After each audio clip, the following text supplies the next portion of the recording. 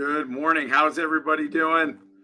Trevor Brown here, back with Carney CrossFit and Life-Based Solutions for another fun Fitness Friday. For those of you that don't know me, I have been a 12-year CrossFit affiliate owner, working with people of all ages from 5, 6 years old all the way up to 60, 70, and 80 years old. Of course, we do CrossFit classes, we do personal training, kind of everything in between. We're also part owners of a nutrition software company, Life-Based Solutions. So part of what I love to do on these is kind of combine healthy habits with both fitness and nutrition to give you kind of the best of both worlds, bring up some various topics and things that hopefully will apply to a wide variety of people and motivate you a little bit on Fridays to get up, get active, and keep on grinding with that healthy lifestyle. Because I know that so many people in this group are trying to make positive changes, just one little step at a time. So if I'm that extra person in your corner to kind of push you in that direction. So with that in mind, if you ever want to get a hold of me, if you ever want to talk one-on-one, if you ever have questions as it relates to fitness, nutrition, whatever it is, send me an email, trevor@lifebasedsolutions.com, or of course you can comment on these posts. So what I wanted to do today was talk about some very simple habits and a really cool way for you to get started, just kind of breaking the ice when it comes to health, wellness, and fitness. And I'm going to drop, or have Arena drop in the notes in here when we make this Facebook post, a couple of different things for you. One is going to be a healthy habits checklist. This is a list of 20 steps that we use with our nutrition clients to make one little change at a time. And they kind of progress in difficulty, building one small habit at a time. So I'm actually going to pull those up and talk about some of them on this Zoom here today. And then we'll post that link to where you can download that healthy habits checklist for yourself in the comments here. So I think that would be something really cool to start. And then I'm also going to post a link where you can buy a 365-day calendar. I'll tell you what that's going to be all about here. So let's start with these healthy habits. Let's just talk about a few things that you can do to kind of get motivated to start small and then build, right? So we're going to put aside the exercise piece for just 1 second because I want to focus on the nutrition side, because I think so often it can be overwhelming, especially in a group like this, to know where to start. And when you get news from the doctor, oh, you're diabetic, or you're pre-diabetic, or you officially have type 2 diabetes, you got to get your health in order. You're going to have some major lifelong complications. There's this overwhelming sense of, I have to do everything all at once. Oh my gosh, I have to change my lifestyle, completely turn everything around 180 degrees different than when I've been doing it. And I think for some people, it's too overwhelming to even start. For others, it's all right, I'm all in, let's do this. And we get a little ways down the road and it's too much to handle all at once, and you kind of revert back to old habits. So what I find works best with our clients is this. Let's take a big deep breath. Let's take a step back. Let's look at the big picture. As we always talk, type 2 diabetes doesn't happen overnight, right? It takes years of decision makings and habits to kind of get where we're at. So in order to get your life turned around and get back to that healthy lifestyle, we should be okay with it taking months and years to get there, right? Small habit changes at a time, because I think that's the real key to long-term success, is having an established habit. And you can't establish a habit in a week or two, right? It's got to be consistent for a long period of time.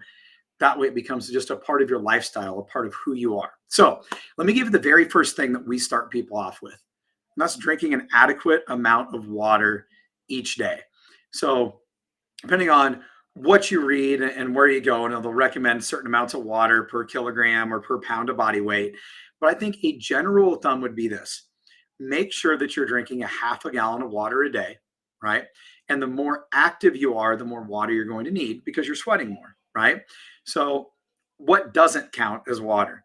Anything that's not water doesn't count as water. So, pop, soda, Gatorade, energy drinks, coffee, even though all those things have water in them, we're looking for just plain water here. So some easy ways to start doing this would be, as soon as you wake up in the morning, grab a glass or a bottle of water and just drink a big 12 to 20 ounce glass of water. This is going to jumpstart your metabolism. It's going to help you wake up. It's going to help you feel better.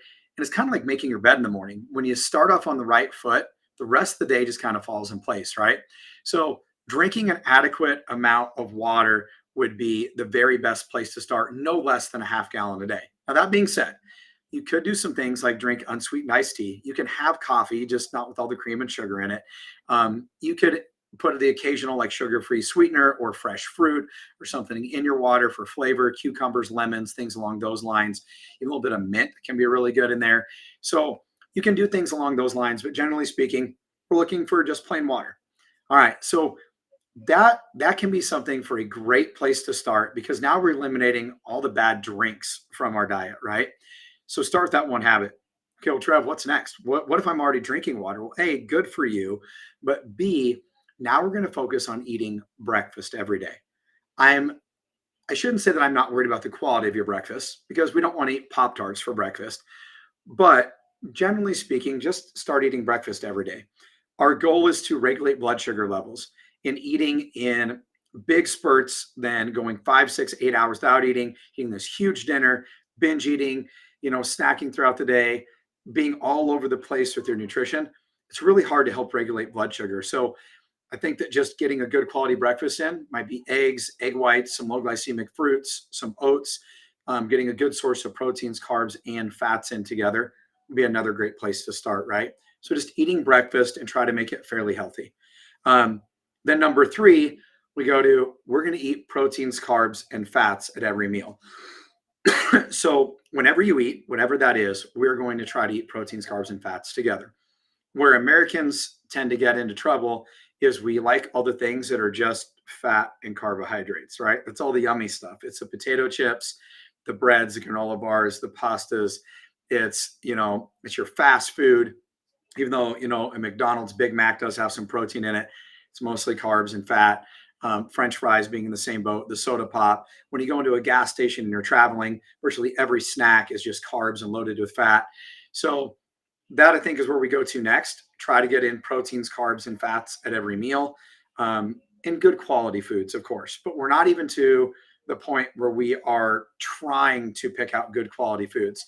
I think a good rule of thumb when it comes to a protein to fat ratio would be try to aim for something that has about 2 to 3 times as many grams of protein as it does grams of fat in it. So, for example, peanut butter, like 15-ish grams of fat in a couple tablespoons, right? 16.